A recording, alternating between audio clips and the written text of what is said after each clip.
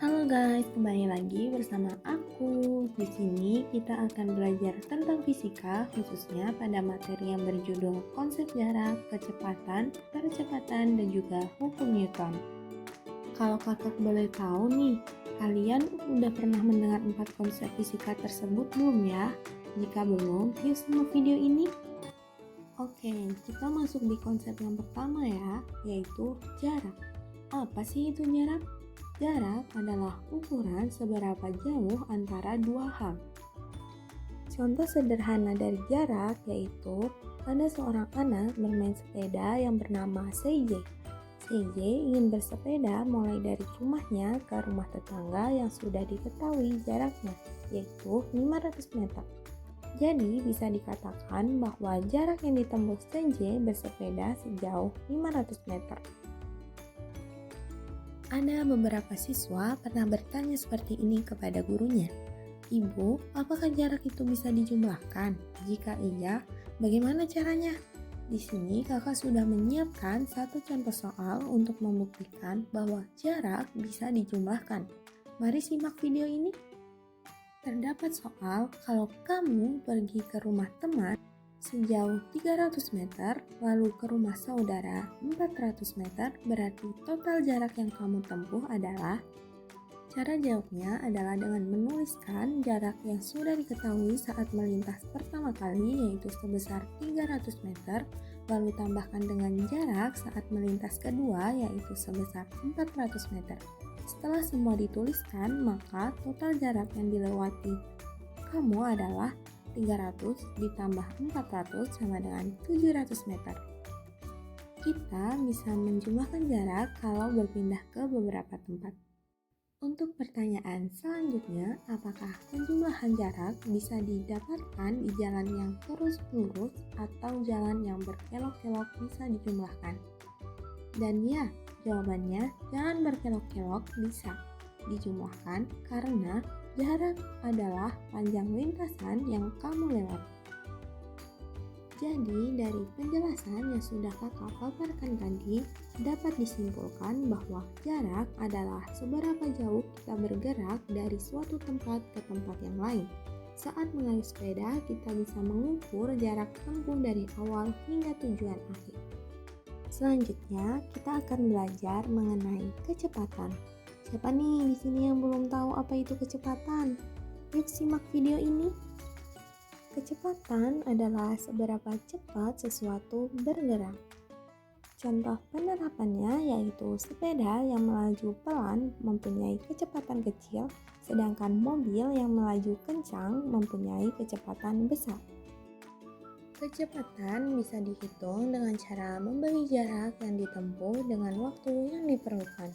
Contohnya, ketika kamu mengendarai mobil sejauh 100 meter dalam waktu 20 detik, maka kecepatan yang kamu pakai adalah, tulis terlebih dahulu jarak yang ditempuh. Jarak yang ditempuh adalah 100 meter, lalu per atau dibagi 20 detik dari waktu yang dibutuhkan. 100 dibagi 20 yaitu 5 meter per detik. Jadi dapat disimpulkan semakin jauh dan semakin cepat waktu yang dibutuhkan, semakin besar pula kecepatan yang dibutuhkan.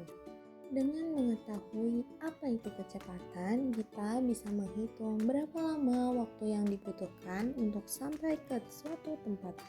Supir mobil atau pilot pesawat juga menggunakan kecepatan agar perjalanan menjadi aman dan tepat waktu sampai dengan tujuan.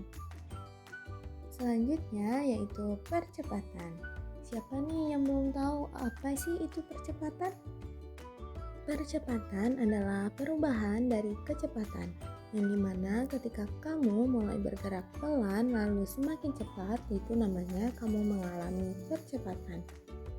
Misalnya nih, saat kamu mengayuh sepeda secara pelan-pelan lalu kamu mengayuh dengan kecepatan yang lebih tinggi, maka sepeda akan melaju semakin cepat. Hal tersebut merupakan percepatan.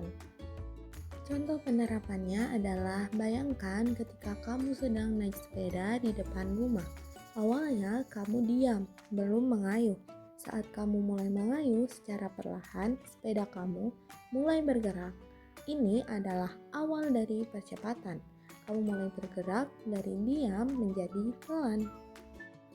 Contoh penerapan lainnya adalah ketika kamu mulai mengayuh lebih kuat, sepedamu pun bergerak lebih cepat. Itu artinya kamu sedang mengalami percepatan. Kenapa? Karena kecepatanmu bertambah. Dari pelan menjadi sedang, lalu menjadi cepat, itu dinamakan percepatan. Dari penjelasan yang sudah kakak paparkan tadi dapat disimpulkan bahwa percepatan adalah perubahan kecepatan. Saat kita bergerak semakin cepat ataupun semakin lambat itu disebut dengan percepatan. Contohnya saat naik sepeda, mulai dari diam, lalu bergerak cepat, lalu mengerem, itu dinamakan dengan percepatan. Jadi, percepatan bisa terjadi saat kecepatan bertambah ataupun berkurang. Kita udah mulai membahas konsep terakhir nih. Pasti udah paham dong dengan apa penjelasan yang kakak berikan tadi. Mulai dari jarak, kecepatan, dan juga percepatan. Nah, untuk konsep terakhir ini kita akan membahas hukum Newton ya. Jika ada yang belum paham, boleh nih disimak videonya sampai habis.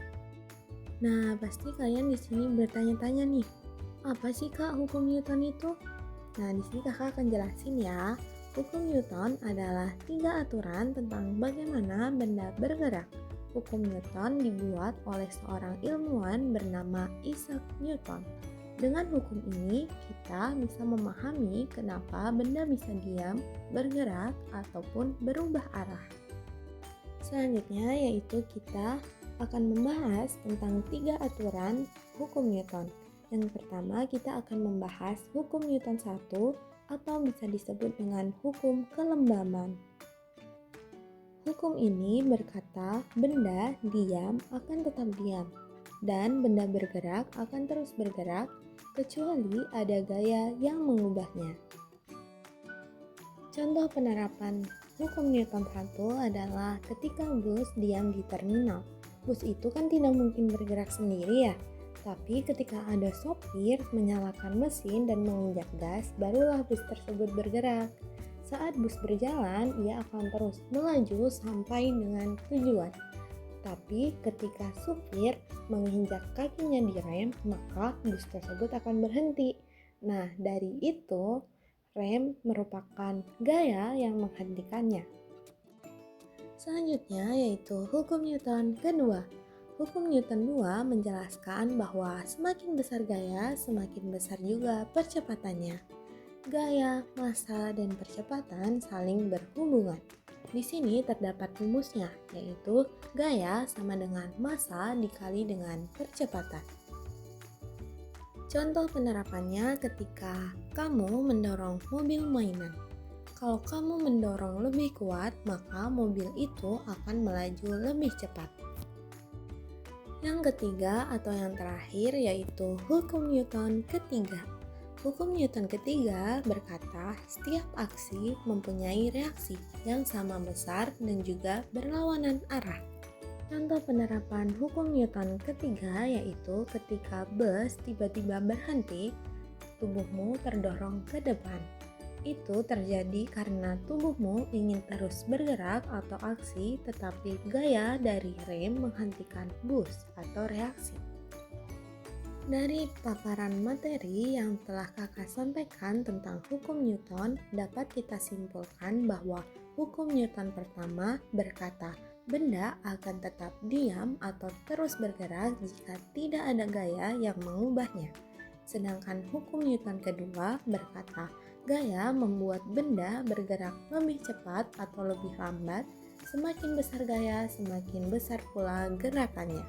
Sedangkan yang terakhir yaitu hukum Newton ketiga berkata setiap aksi punya reaksi yang sama besar dan berlawanan arah.